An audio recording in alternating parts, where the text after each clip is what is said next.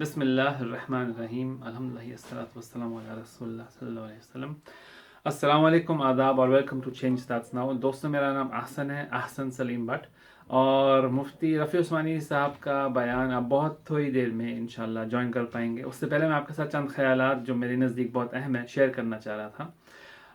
میں یہاں جرمنی میں رہتا ہوں، اور الحمدللہ جرمنی میں، یورپ میں الحمدللہ کافی مسلم آبادی ہے، پاکستان سے اوریجن یا جو ہندوستان سے بنگلہ دیش سے آئے ہیں، اور الحمدللہ ہمارا ایک ایسا سلسلہ رہا کہ چند دفعہ مفتی رفیع عثمانی صاحب کا یہاں فرینکفرٹ میں بھی آنا ہوا، جرمنی میں، اور بھی کچھ شہر تھے وہاں جانا ہوا ان کا، اور ان کے چند ریئر بیان جو آپ کے ساتھ میں شیئر کرنے والا ہوں، اس کو میں اس نیت سے شیئر کر رہا ہوں کیونکہ میں چاہتا ہوں کہ جتنے بھی مسلمان ہوں جو اردو زبان کو سمجھتے ہیں اور فکر رکھتے ہیں دل میں، اس کو زیادہ سے زیادہ سمجھیں، اور جو فکر ایک مفتی رفیع عثمانی صاحب نے سب کے سامنے رکھی تھی، اس کو اپنے سامنے رکھتے ہوئے اپنی ذمہ داریوں کو سمجھیں اور عمل کرنے والے بنیں۔ ایسی اسٹریٹجیز کو وجود میں لائیں جو آنے والی جنریشنز، موجودہ مسلمانوں کے لیے بھی لیکن آنے والی جنریشنز کے لیے بھی فائدہ مند ہو۔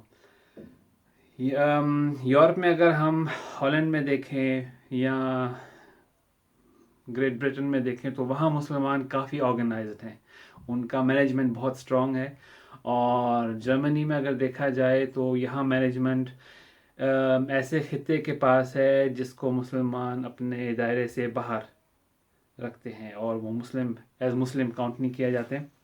تو یہاں فکر کی بات اس لیے ہے کیونکہ پاکستانی، ہندوستانی، بنگلہ دیشی بھائی کافی ہیں، مسلمان کافی ہیں، لیکن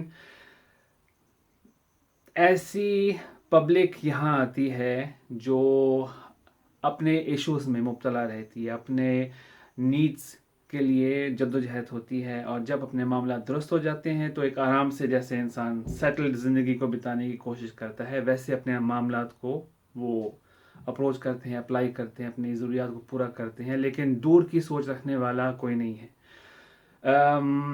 اللہ تعالیٰ کا کرم ہے، یہاں میں سیکنڈ جنریشن ہوں، تھرڈ جنریشن کو میں دیکھ رہا ہوں، لیکن جو میں اپنی جنریشن میں بزرگوں کی محنت دیکھتا تھا، بھاگ دوڑ دیکھتا تھا، وہ اپنے ٹائم کے لیے بہت مناسب تھی، زبردست تھی، لیکن اپنے جنریشن کو اگر میں دیکھوں جو میرے ہم عمر ہیں، ان کے نزدیک ایک، کیا کہہ سکتے ہیں، وہ فکر ہے کہ ہم دین کو یہاں اسٹیبلش کریں، لیکن میں جو یہاں پیدا ہوا، جس نے دین کو الحمدللہ اللہ تعالیٰ کے کرم سے ماں باپ کے تھرو، اس دینی استادوں کے تھرو سمجھا ہے، مجھے لگتا ہے کہ ہماری ایک بہت ایک خزانہ، دینی خزانہ ہے جو پاکستان میں ہے، جس کو کسی طرح سے کوشش کرنی چاہیے کہ وہ یورپ میں اور یورپ کے ہر ملک میں اپنے آپ کو اسٹیبلش کرے، ایک فاؤنڈیشن بنائے، یونیورسٹیز بھی یا اکیڈمیز بھی ہوں جہاں سے یورپین مسلمز بھی پڑھ کے وہاں سے نالج گین کر کے باہر نکلے دنیا میں، اور دنیا کو دکھائیں کہ صحیح دین کیا ہے۔ میں اپنے ہم عمر کو دیکھتا ہوں، وہ یہاں پہ اتنا ڈس ہارٹ ہو گئے ہیں اپنا دیسی لوگوں کو دیکھ کے، ان کے رویوں کو دیکھ کے، یا جو بھی معاملات ہوتے ہیں، کہ وہ کہتے ہیں ہمیں پاکستان سے یا ہندوستان سے کوئی دینی عالم کی ضرورت نہیں ہے، کسی دینی عالم کو، ہمیں دینی عالم ہو جائے یا وہاں کا جو ایک خزانہ ہے، علوم کا ایک بھنڈار جو وہاں پایا جاتا ہے، ہمیں وہ یہاں امپورٹ کرنے کی ضرورت نہیں ہے، ہم کافی ہیں۔ اور جب وہ کہتے ہیں ہم کافی ہیں، اس میں ایکچولی آتی ہے بات کہ وہ ایک نئے قسم کا اسلام اسٹیبلش کرنا چاہتے ہیں، یعنی کہ یورپین اسلام، یورو اسلام ایک چرچا ہے جو جرمنی میں اور یورپ میں ایک بات چل رہی ہے، چرچا ہو رہا ہے کہ ایک یورپین اسلام، ایک لائٹر ورژن آف اسلام، جو پولیٹیکل اسلام ہو اور پولیٹیکل اعتبار سے کمپیٹیبل، یعنی کہ یورپین مزاج، ان کی مرضی کے مطابق اس کی سیٹنگ ہو سکے، اور ان کی مرضی کے مطابق ایک ایسا اسلام سامنے وجود میں لایا جائے جس کو پھر سب فالو کریں، یعنی کہ پرائیویٹلی کوئی کسی بھی مسلک سے یا فقہ سے تعلق رکھے، وہ ہر کسی کا نجی معاملہ ہے، لیکن بڑے پیمانے پہ بڑے پلیٹ فارم پہ ایک یورو اسلام یا پولیٹیکل اسلام ہونا چاہیے. اور اس ڈیولپمنٹ میں اپنے دیسی بھائیوں کو یا مسلم بھائیوں کو بہت پیچھے پا رہا ہوں. میں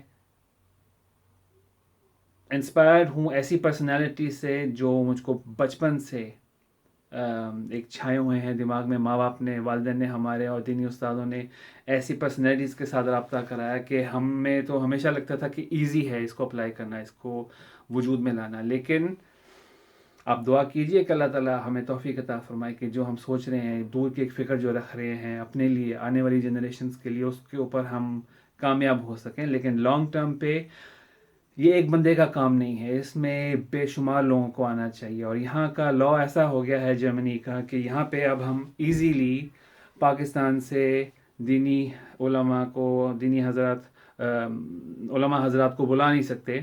بہت ہی کوئی خاص وجہ ہو، پریشانی ہو یا کوئی ایسی سچویشن ہو تب ایکسیپشنل ان کو بلایا جا سکتا ہے، ورنہ حالات ایسے ہو گئے ہیں کہ وہ پاکستان سے کسی دینی عالم کو لانا اجازت ہی نہیں دیتے. تو جو یہاں ہیں وہ اپنے ایشوز میں انوالو اتنا ہے، پریشان ہے یا اپنے معاملات کو درست کرتے ہیں کہ ان سے زیادہ ہم ایکسپیکٹ کر نہیں سکتے. آگے چل کے میں آپ کے ساتھ اور ایسی انفارمیشن شیئر کیا کروں گا. اور ایک فکر کی بات ہے، سچویشن ہے جس پہ میں نے ابھی تازہ جو مجھے کچھ مفتی رفیع عثمانی صاحب کے انٹرویوز ملے ہیں، وہاں مجھے پتہ چلا کہ یہ تو جب بھی آتے تھے اسی بات کے اوپر پوائنٹ آؤٹ کرتے تھے مسلمانوں کو، سننے والوں کو، کہ فکر کرو آنے والی جنریشن کی. وہی باتیں جو آج میں یا میرے کچھ ساتھی لے کے، کچھ فیملیز لے کے پریشان ہیں. پریشان کیا، ایک فکر ہے جس کو اللہ تعالیٰ سے ہم دعا کرتے ہیں کہ اللہ تعالیٰ اس میں ہم کو کامیابی دے. لیکن یہ بات ایک کی نہیں ہے یا چند لوگوں کی نہیں ہے، سب مسلم کمیونٹی کی ہونی چاہیے.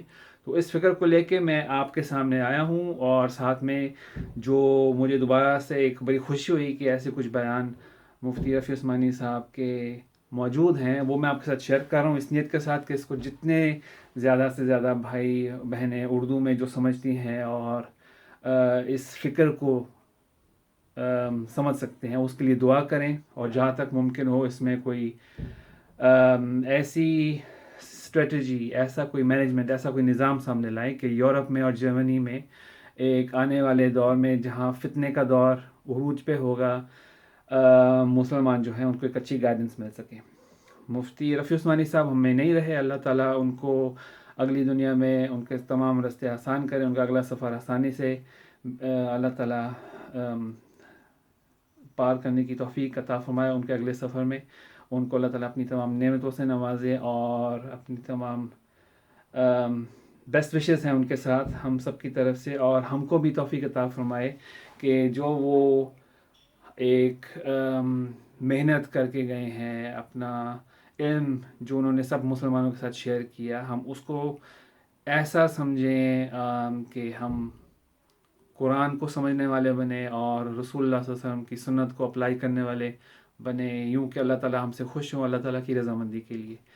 اور اس سینس میں یہ شیئر کرنا چاہ رہا ہوں سب کے ساتھ، کیونکہ بہت ریئر بیان ہیں اور جتنے زیادہ سے زیادہ لوگ اس کو دیکھیں اتنا مسلمانوں کا فائدہ ہوگا. کیونکہ ہمیں سننے والے نہیں بلکہ سن کے سمجھنے والے چاہیے، سمجھ کے عمل کرنے والے چاہیے، جو ایک اچھی موومنٹ لے کے آئیں، جو ایک مثالی مسلمان ہوں، جو دنیا کے سامنے آئے اور جس کو دنیا دیکھ کے کہے کہ سبحان اللہ یہ وہ مسلمان ہے جس کو ہم آج تک سنتے آ رہے تھے، اور ایسا ہم بھی بننا چاہیں گے. تو یہ میری ایک اندر دلی دعا ہے کہ اللہ تعالیٰ ہمیں اس میں سب کو کامیابی دے.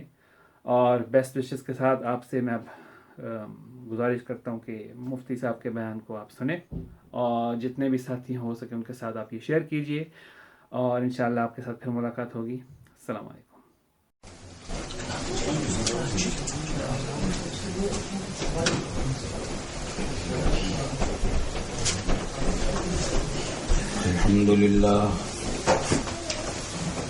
الحمد لله نحمده ونستعينه ونستغفره ونؤمن به ونتوكل عليه ونعوذ بالله من شرور أنفسنا ومن سيئات أعمالنا من يهده الله فلا مضل له ومن يضلله فلا هادي له ونشهد أن لا إله إلا الله وحده لا شريك له ونشهد أن سيدنا وسندنا ومولانا محمدا عبده ورسوله صلى الله تعالى عليه وعلى آله وصحبه أجمعين وسلم تسليما كثيرا كثيرا أما بعد فأعوذ بالله من الشيطان الرجيم بسم الله الرحمن الرحيم كل نفس ذائقة الموت وقال رسول الله صلى الله عليه وسلم أكثروا ذكر هذه اللذات الموت أو كما قال صلى الله عليه وسلم. بزرگان محترم اور برادران عزیز، مجھے یہاں آئے ہوئے آج تقریباً 6 دن ہو گئے ہیں جرمنی اور برسلز میں، اور کوشش ہر بیان میں یہی رہی ہے کہ یہاں اپنے مسلمان بھائیوں اور بہنوں کو جن باتوں کی جاننے کی، جن باتوں کی طرف توجہ دلانے کی یہاں کے ماحول میں ضرورت ہے، ان موضوعات پر بات کیجیے. ہمارے بزرگوں کی تعلیم بھی ہمیں یہی ہے کہ فرمائشی تقریریں نہ کی جائیں اور رسمی تقریریں نہ کی جائیں کہ بس تقریر برائے تقریر کر لی، کچھ شعر سنا دیے، کچھ لطیفے سنا دیے، کچھ قصے سنا دیے، ختم. بلکہ با مقصد بات ہونی چاہیے. اور ہمارے شیخ نے یہ فرمایا کہ جہاں جاؤ یہ دیکھو کہ زخم کہاں ہے، وہاں مرہم لگاؤ. چنانچہ فرماتے تھے کہ کوئی موضوع مقرر کر کے آپ کو دے کہ بنا موضوع پر بیان کر دے تو نہ کہ یہ دیکھیں ضرورت کون سی موضوع کی ہے. اگر اسی موضوع کی ضرورت ہے ٹھیک، اسی موضوع پر بیان کریں، ورنہ اگر آپ دوسری ضرورت سمجھتے ہیں تو وہ کریں. الحمدللہ میں اپنے ساتھیوں اور میزبانوں سے پوچھتا بھی رہا کہ کن باتوں کی یہاں زیادہ ضرورت ہے، اور وہ باتیں بیان بھی میں نے کی ہیں. امید ہے کہ وہ کچھ پتہ نہیں اخبارات میں بھی کچھ آ رہی ہیں یہ باتیں یا نہیں آ رہی، نہیں معلوم. آ جاتی تو اچھا تھا. بات یہ ہے کہ یہاں پر آپ حضرات کو میرے نزدیک سب سے بڑا اور سب سے مشکل اور سب سے نازک مسئلہ جو درپیش ہے وہ اپنے بچوں کی تعلیم و تربیت اور ان کے دین و ایمان کی حفاظت کرنا چاہیے. میں سمجھتا ہوں اس سے بڑا کوئی مسئلہ آپ حضرات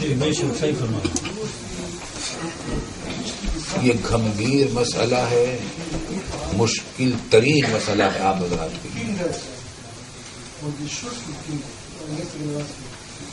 اور اس مسئلے کو حل کرنا آپ حضرات پر شرعاً فرض بھی ہے، واجب بھی ہے. نہیں کریں گے تو گناہگار ہوں، کیونکہ دین و ایمان کی حفاظت اپنی تو کرنی ہی ہے، بیوی بچوں کے دین و ایمان کی حفاظت بھی ہماری ذمہ داری ہے.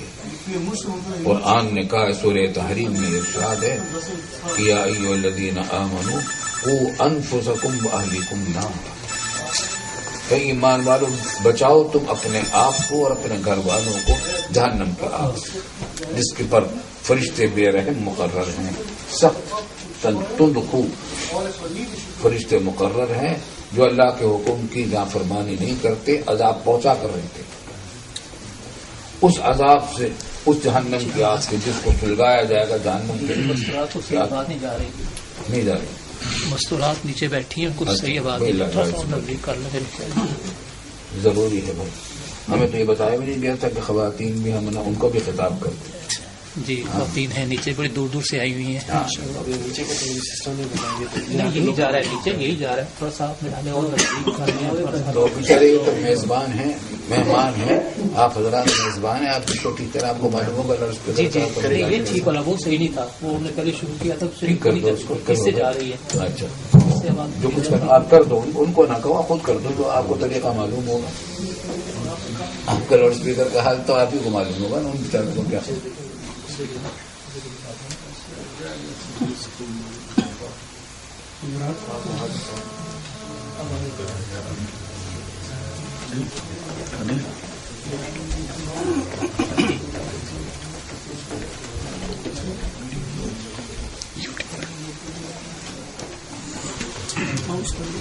ٹھیک ہو گیا. اب معلوم کر لیجئے کہ خواتین کو آواز پہنچ رہی نہیں پہنچ رہی. معلوم کر لیجیے بھائی ان کا بھی حق ہے نا ہمارا.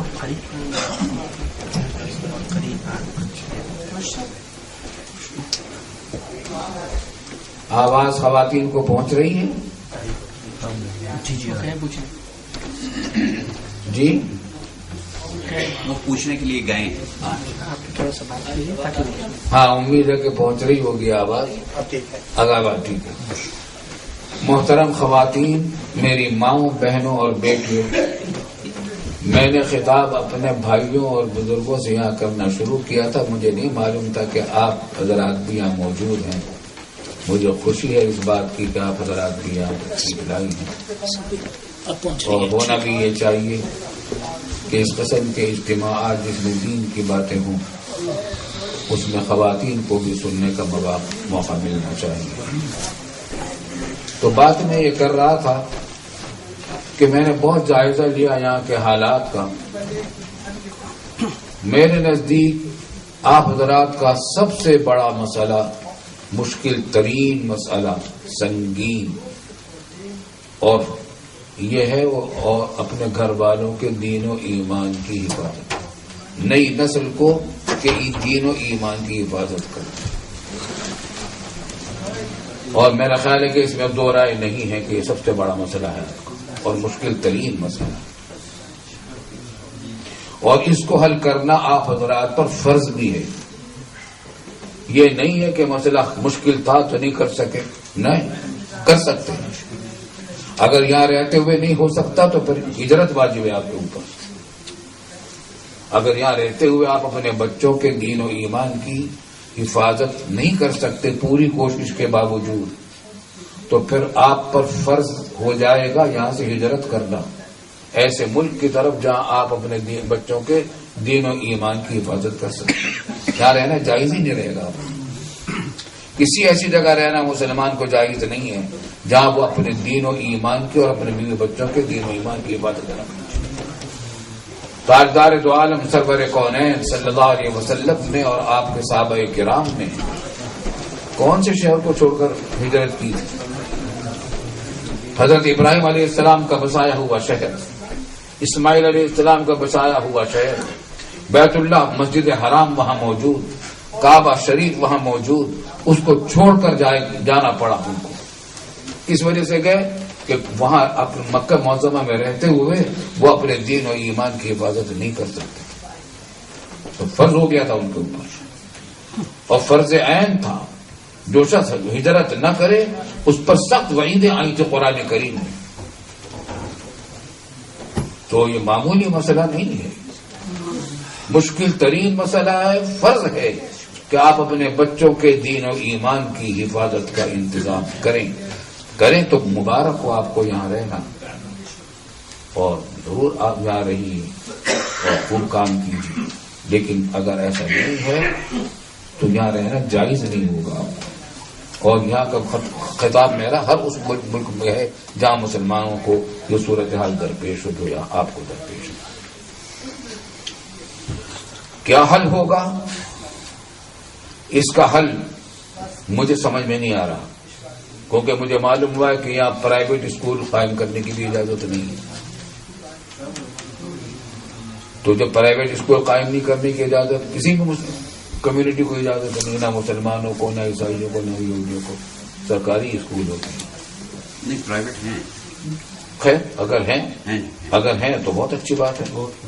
اگر پرائیویٹ اسکول ہیں اور قانون اس کی اجازت دیتا ہے تو ٹھیک ہے، اس میں آپ اپنے ان کو دین کی باتیں ضرورت یہ اس کی اجازت نہیں ہے. اس کی اجازت جی نہیں، اس کی اجازت نہیں ہے. صرف پروب بعض مذہبی بنیاد پہ اجازت نہیں ہے یہاں پہ. یہ نہیں کہہ سکتے کہ یہ مسلمانوں کا اسکول اور یہ جو ہے اگر 3 سال یہاں پڑھیں گے تو 3 جماعتیں ان کے اسٹینڈرڈ کے مطابق ہی وہ ہو جائیں، ایسا نہیں ہو سکتا. شام میں آپ لے مدرسے بس. میں بہرحال یہ مسئلہ آپ کا، یہ میرا نہیں. اس کا حل آپ یہاں کے ماحول کو آپ جانتے ہیں، قوانین کو آپ جانتے ہیں. اس مسئلے کا حل کیا ہوگا؟ اپنے بچوں کو آپ ایمان، میں یہ نہیں کہتا ان کو سب کو عالم دین بنا دو، مفتی بنا دو، علامہ بنا دو، نہیں، ان کو پکا سچا مسلمان بنانا ہے جہنم کی آگ سے بچانے کے لیے. حلال حرام کے بنیادی مسائل ضرورت کے جو روزمرہ کی ضرورت کے زندگی کے ہیں ان کو وہ سکھانے ہیں. کیا آپ گھر میں سکھائیں، مائیں سکھائیں، باپ سکھائیں اور کوئی اور سکھائے، مسجد میں سکھائیں. مسجد میں تو پابندی نہیں ہوگی نا، مسجد میں سکھانے کا انتظام کیا جائے. خلاصہ یہ کہ یہ فرض ہے اور اس سے اغماض برتنا انتہائی خطرناک ہے. آپ کہیں گے کہ یہاں سے جائیں تو پھر کہاں جائیں؟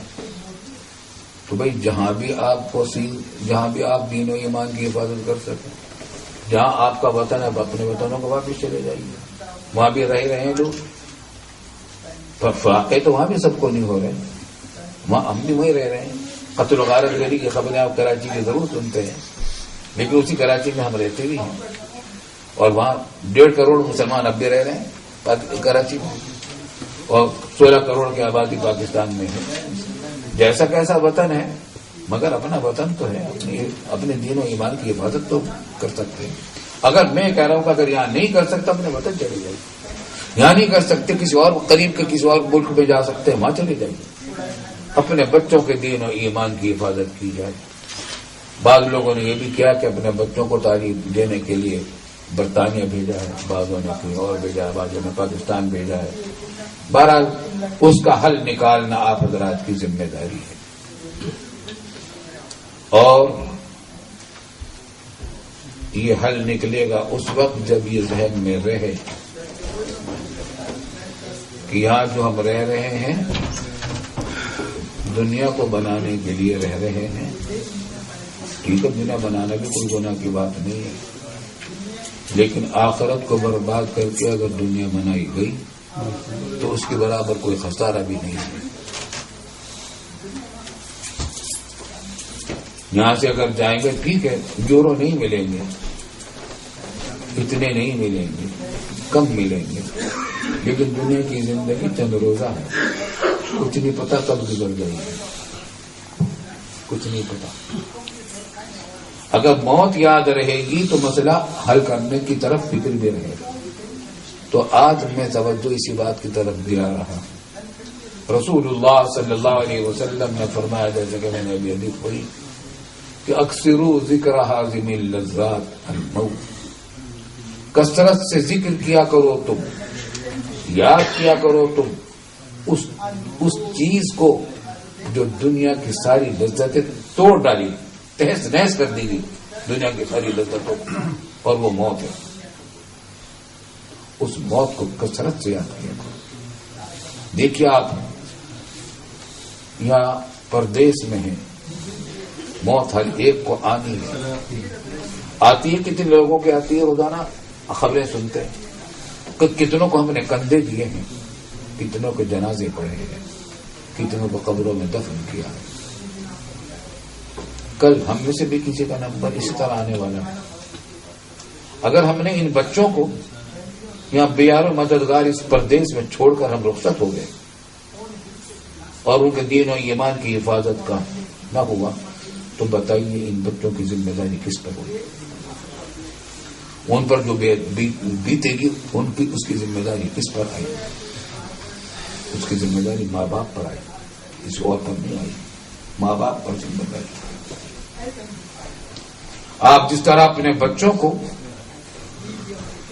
دنیا کی ترقی کے لیے اس کی تدبیریں کرتے ہیں، تعلیم دلواتے ہیں، ٹریننگ کراتے ہیں, امتحانات پاس کرواتے ہیں, بہت اچھی بات ہے, ضرور کرنی چاہیے. دوسری قوموں سے پیچھے نہیں رکھنا چاہیے اپنے بچوں کو, اپنے آپ کو. یہاں کی زبان میں آپ مہارت پیدا کریں, یہاں کے علوم و فنون جن میں دنیا کی ترقی ہو سکے وہ اختیار کیجیے, شرعی حدود میں رہتے ہوئے ان پر عمل بھی کیجیے. لیکن دین و ایمان ان کی آپ اس طریقے سے دنیا تو بنا لیں گے, لیکن دنیا کتنے دن کی بنائی آپ نے ان کی, اور مرنے کے بعد تو ہمیشہ رہنا ہے. اس کے بنانے کا کیا انتظام کیا؟ رسول اللہ صلی اللہ علیہ وسلم نے فرمایا تھا کہ اعد لدنیا کا بقدر بقائی کا فیہا واعد لآخرت کا بقدر بقائی کا فیہا. تو تیاری کر جتنا تجھے دنیا کی تیاری تو اتنی کر جتنا تجھے دنیا میں رہنا ہے, آخرت کی تیاری تو اتنی کر جتنا تجھے آخرت میں رہنا ہے. آخرت میں جہاں ہمیں جانا ہے پھر موت نہیں آئے گی, کوئی بیماری نہیں ہوگی, کوئی عبادت بھی نہیں ہوگی. جو کافر ہے وہ کافر رہ گیا, جو مومن ہے مومن رہا. اور اعمال کا حساب کتاب ہونے والا ہے, ایک ایک عمل کا حساب ہوگا. اس کی تیاری کرنے کے لیے دنیا کی زندگی ہمیں ملی ہے. یہ دنیا ہمیں یہاں رہنے کے لیے نہیں دی گئی ہے, ہمیں دنیا میں یہاں رہنے کے لیے نہیں بھیجا گیا. یہ دنیا رہنے کی جگہ ہی نہیں, ہمیں تو جنت میں پہنچانے کے لیے یہاں بھیجا گیا. جنت میں داخلہ اسی کا ہوگا جو یہاں سے کامیاب گزرا ہوگا. فرشتوں کا بھی داخلہ نہیں ہے وہاں تو انسانوں کا داخلہ ہے جنت میں. نعمتیں انسانوں کو ملیں گی, فرشتوں کو نہیں ملیں گی. فرشتوں کا تو امتحان ہی نہیں ہوا, امتحان تو ہمارا ہوا ہے. اس امتحان گاہ میں بھیج دیا, یا اس امتحان گاہ میں ہمیں بھوک بھی لگتی ہے, پیاس بھی لگتی ہے, گناہوں کو دل بھی چاہتا ہے, آنکھ بھی کچھ گناہ کرنا چاہتی ہے, کان بھی کچھ گناہ کرنا چاہتے ہیں, ہماری زبان اور منہ کا چٹخارا بھی کچھ گناہ کرنا چاہتا ہے, ہاتھ بھی گناہ کرنا چاہتے ہیں. یہ تو امتحان ہے سارا کا سارا. اختیار دے رکھا ہے کہ دیکھو طاقت ہم نے تمہیں دونوں دے دی ہے, حرام کھانے کی بھی طاقت دے دی ہے, حلال کھانے کی بھی طاقت دے دی ہے. فرشتوں بیچاروں کو اس کی طاقت نہیں ملی. فرشتے تو بیچارے ان کو اختیار کچھ نہیں, وہ تو بے اختیار ہیں. جس فرشتے کی جو ڈیوٹی لگا دی وہ وہی کرتا رہتا, اپنے اختیار سے کچھ نہیں کر سکتا. انسان کو اختیار دے کر بھیجا گیا دنیا میں. یہ تو خلافت ہے اللہ تعالی کی. اللہ رب العالمین کی صفت کیا ہے؟ اذا اراد شیئا ان یقول له کن فیکون. جب وہ چاہتے ہیں کہ کوئی چیز ہو جائے تو وہ کہتے ہو جا, وہ ہو جاتی ہے. دنیا میں ہمیں اس آزمائش سے گزارنے کے بعد جب جنت میں پہنچا دیا جائے گا تو وہاں کوئی پوری خلافت وہاں ملے گی. وہاں کیا ہوگا؟ وَلَكُمْ فِيهَا مَا تَشْتَهِي أَنفُسُكُمْ وَلَكُمْ فِيهَا مَا تَدَّعُونَ. تمہیں ہر وہ چیز ملے گی جس کا تم کو دل چاہے. تو جو مومن جو چاہے گا وہ اس کو مل جائے گا جنت میں. پوری خلافت وہاں ملے گی. اللہ تعالیٰ نے بندے کو انسان کو خلافت دی ہے, فرشتوں کو نہیں دی.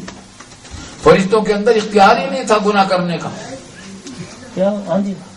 ان کے اندر گناہ کرنے کا اختیار ہی نہیں تھا.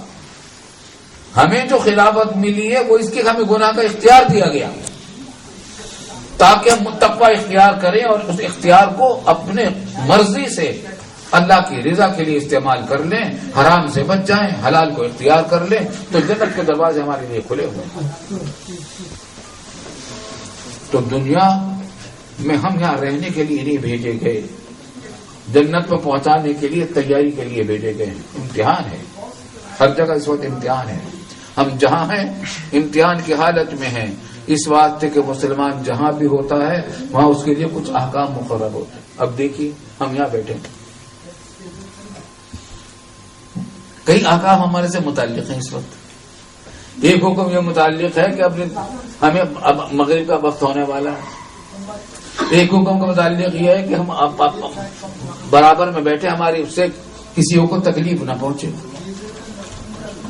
ہر حالت میں گھر میں ہیں تو وہاں ڈیوٹی پر ہیں, دکان میں ہے تو ڈیوٹی پر ہیں کہ دکان میں تجارت کریں، ایسی کوئی ناجائز نہ ہو جائے، کسی کا دل نہ دکھے، کسی کو دھوکہ نہ دے دیں.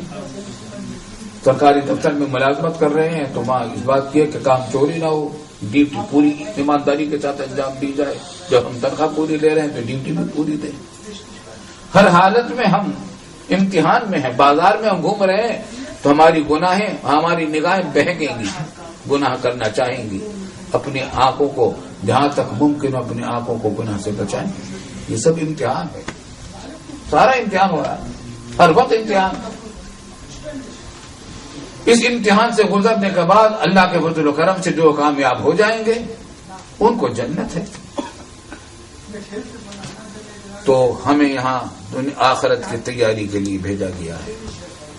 جب یہ بات ہے تو بچوں کی طرف دھیان کرنا سب سے زیادہ ضروری ہے. جب آپ بچوں کی دنیا کی چند روزہ زندگی کے لیے اتنی کوششیں اور محنتیں کرتے، آدمی کماتا کس واسطے دنیا میں؟ صرف اپنے کھانے کا واسطے تو نہیں، وہ اپنے بیوی اور بچوں کے واسطے کماتا ہے، اپنے بچوں کا مستقبل بنانے کے لیے کرتا ہے، محنتیں کرتا ہے، مشقتیں اٹھاتا ہے، طرح طرح کی مصیبتیں جھیلتا ہے تاکہ میرے بچوں کا مستقبل ٹھیک ہو جائے.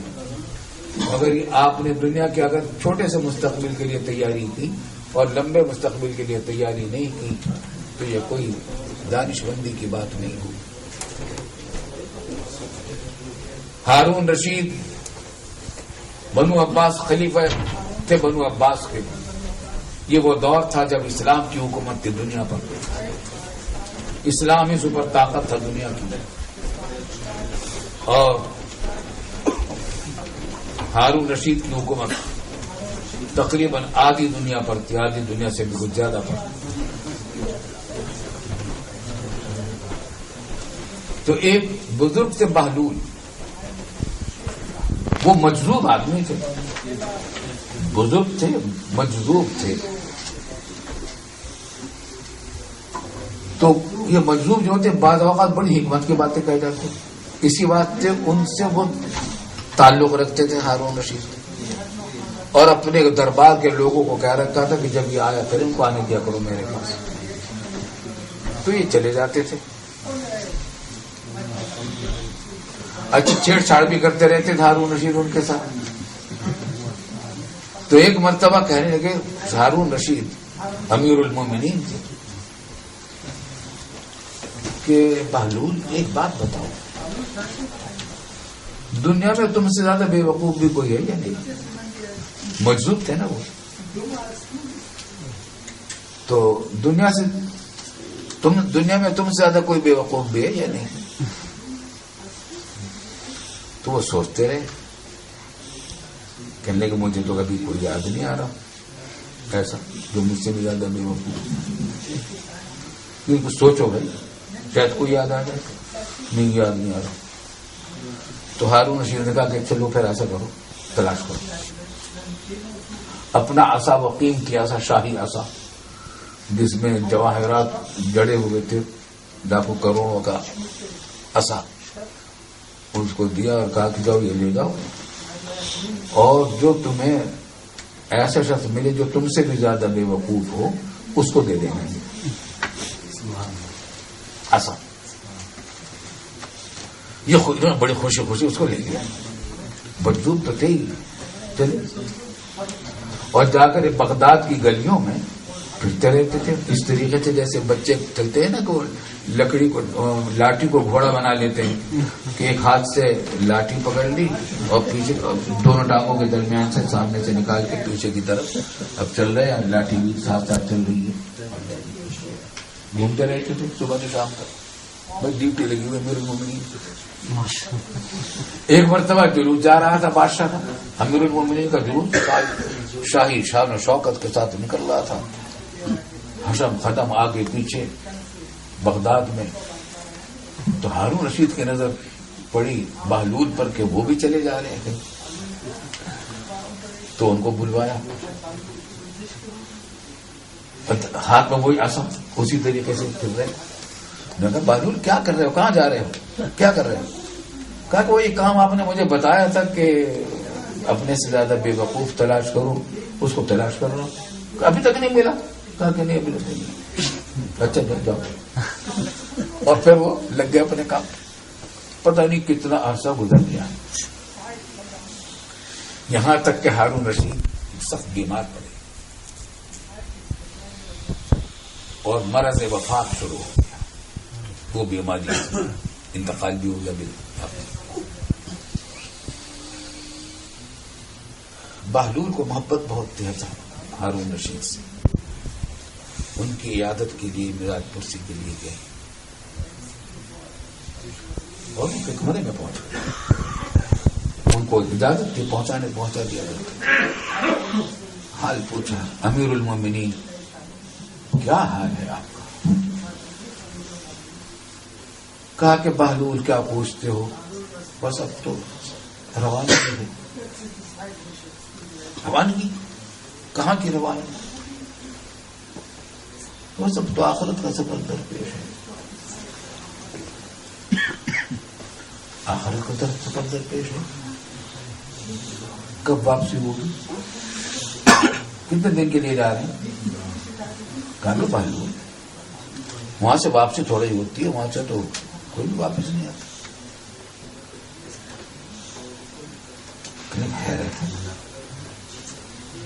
تعجب ہے, مجھے تو سمجھ میں آ رہی بات.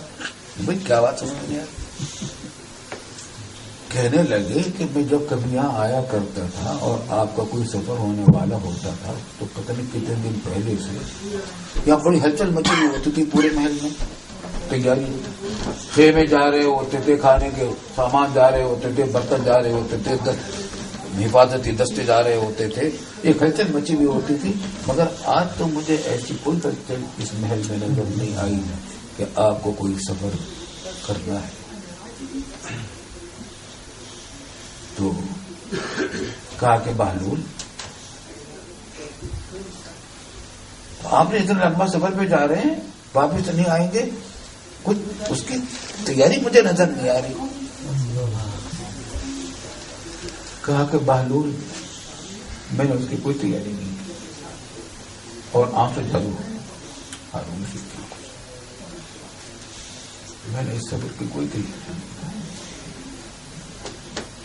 بہلول نے کہا کہ آپ نے مجھ سے کہا تھا کہ یہ میں عصا اس کو دے دوں جو مجھ سے زیادہ بے وقوف ہو. میں تلاش کرتا رہا, مجھے نہیں ملا سوائے آپ کے. 1-2 دن کے سفر کے لیے اتنی تیاریاں تھیں اور اتنے لمبے سفر کے لیے کوئی تیاری نہیں. یہ لیجیے عصا آپ کو مبارک ہے. تو یہ قصہ لیکن دلوں کو جھنجھوڑ دینے والا ہے. دنیا کی ضرور تیاری کی اور اللہ نے دنیا میں دی اس بات کو, کھاؤ بھی, پیو بھی, آرام کرو, تفریح بھی کرو. جو نعمتیں اللہ نے پیدا کی ہیں دنیا میں ہمارے لیے پیدا کی ہیں, حلال دائرے کے اندر رہتے ہوئے ان کو استعمال کرو, اللہ کا شکر بھی ادا کرتے جاؤ. لیکن وہاں کی تیاری کرو, اللہ تعالیٰ ہمیں اس کی تیاری کی توفیق عطا فرمائے. بس اتنی مختصر بات پر یہ بات کو ختم کرتا ہوں. وآخر دعوانا الحمدللہ.